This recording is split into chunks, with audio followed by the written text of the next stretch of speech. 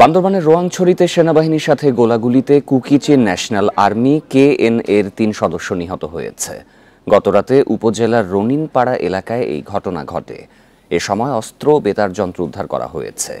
তবে এখনও নিহতদের নাম পরিচয় পুরোপুরি নিশ্চিত হওয়া যায়নি।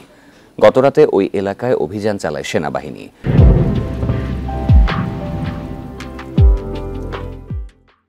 এ সময় তাদের সাথে সশস্ত্র সন্ত্রাসী গোষ্ঠী কুকিচিন ন্যাশনাল আর্মির সাথে গোলাগুলি হয়। শেষ খবর পাওয়া পর্যন্ত মরদেহ ঘটনাস্থলেই রয়েছে। সেখানে উপস্থিত আছে যৌথ বাহিনী।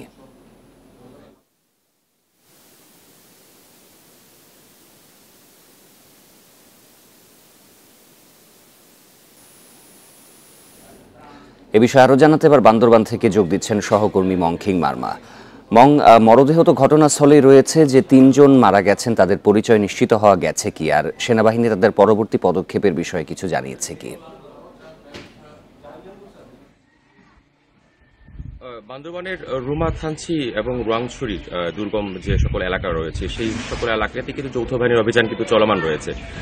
এরই প্রেক্ষিতে গতকালকে রাতে KN-এর একটি সদস্য দল তাদের আস্তানা জানতে পেরে এখানে যৌথ বাহিনী এবং সেনাবাহিনী সেখানে কিন্তু হামলা চালিয়েছে বলে আমরা জানতে পেরেছি। তবে সেখানে যে ৩ জন KN-এর সদস্য যারা আছেন তাদের নাম ঠিকানা পরিচয় এখনো পর্যন্ত জানতে পারিনি, এবং সেই বিষয় নিয়ে এখনো পর্যন্ত পুলিশ প্রশাসন থেকে শুরু করে এখানে যৌথ বাহিনীর পক্ষ থেকে এখনো পর্যন্ত কোনো ধরনের ব্রিফিং করা হয়নি। অল্প কিছুক্ষণ আগে কিন্তু এই সড়কটি ধরে কিন্তু এখান থেকে 2টি পুলিশের গাড়ি এবং লাশ বহন করার জন্য একটি ট্রাক, তার পাশাপাশি এখানকার যে যৌথ বাহিনীর যে সদস্য যারা রয়েছেন তারা কিন্তু রনিনপাড়ার উদ্দেশ্যে রওনা দিয়েছেন।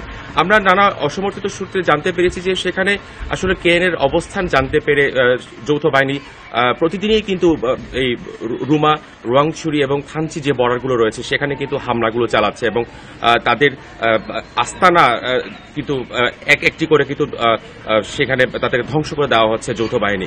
তো সর্বোপরি এখনো পর্যন্ত সেখানে যৌথ বাহিনী চলমান রয়েছে, এবং পরবর্তী পদক্ষেপ কি হবে সেই বিষয় নিয়ে কিন্তু গণমাধ্যম কর্মীরা এখনো পর্যন্ত কর্মীদেরকে জানায়নি, এবং আমরা কিন্তু এই বিষয় নিয়ে এখনো পর্যন্ত তথ্যগুলো সুনিশ্চিত করতে পারিনি। তবে এই লাশগুলো সংগ্রহ করা হয়েছে, এই লাশ কিন্তু রনিনপাড়া রয়েছে, সেই লাশগুলোকে সংগ্রহ করে বান্দরবান সদর হাসপাতালে মর্গে প্রেরণ করা হবে বলে আমরা জানতে পেরেছি। এই হচ্ছে আমার কাছে বান্দরবানের রুমা থানচির যে যৌথ বাহিনী অভিযানের সর্বশেষ তথ্য।